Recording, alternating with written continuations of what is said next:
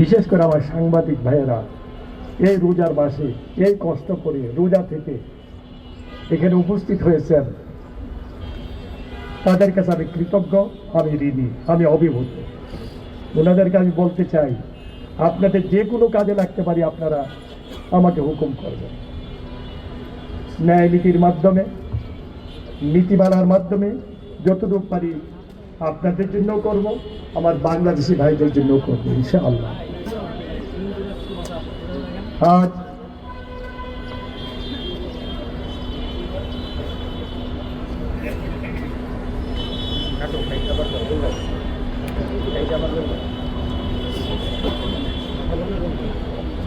আমি আশা করি এই বছর ইসলামী বইমেলা অত্যন্ত সার্থক ও সাফল্যমণ্ডিত হবে।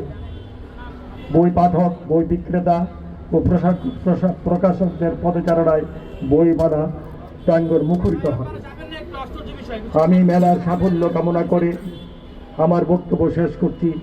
ইসলামী বইমেলা 2026-এর শুভ উদ্বোধনী ঘোষণা করছি। আসসালামু আলাইকুম ওয়া রাহমাতুল্লাহি ওয়া বারাকাতুহু।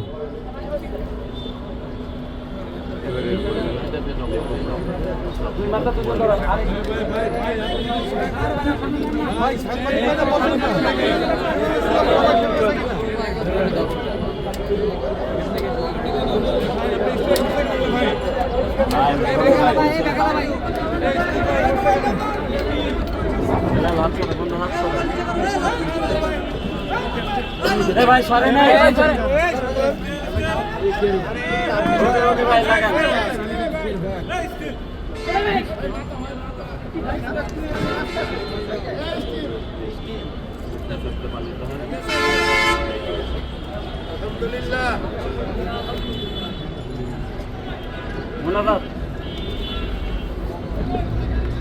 নাহমাদুহু ওয়া নুসাল্লি আলা রাসূলিহিল কারীম, আম্মা বাদ।